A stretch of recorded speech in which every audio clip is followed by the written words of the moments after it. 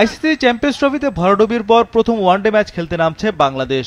কলম্বোতে সিরিজের প্রথম ওয়ানডে দিয়ে মেহেদী মিরাজের নেতৃত্বের অধ্যায় শুরু। 2017 সালে লঙ্কা সফর দিয়েই ওয়ানডে অভিষেক হয়েছিল মিরাজের। সেই ম্যাচে লঙ্কানদের হারিয়েছিল টাইগাররা। এর আগে 2024 সালে ওয়েস্ট ইন্ডিজের বিপক্ষে শান্তর অনুপস্থিতিতে নেতৃত্ব দেন মিরাজ।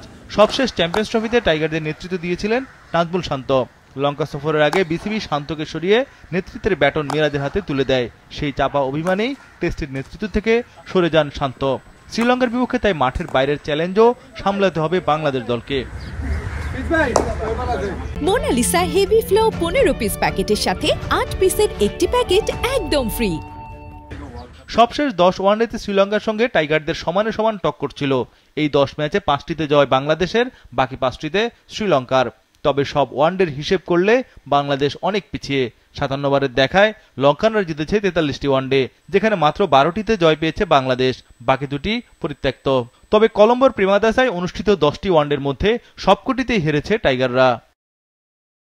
এবারে সিরিজে ওয়ানডেতে পঞ্চমান্নব ছাড়া খেলবে বাংলাদেশ। সবশেষ চ্যাম্পিয়ন্স ট্রফি খেলেই ওয়ানডে ক্রিকেটকে বিদায় জানিয়েছিলেন মুশফিক ও মাহমুদুল্লাহ। তাই নতুন করে টিম কম্বিনেশন প্রস্তুত হবে এই সিরিজ দিয়ে। চোট কাটিয়ে দলে ফিরেছেন লিটন, তাসকিন ও মুস্তাফিজ।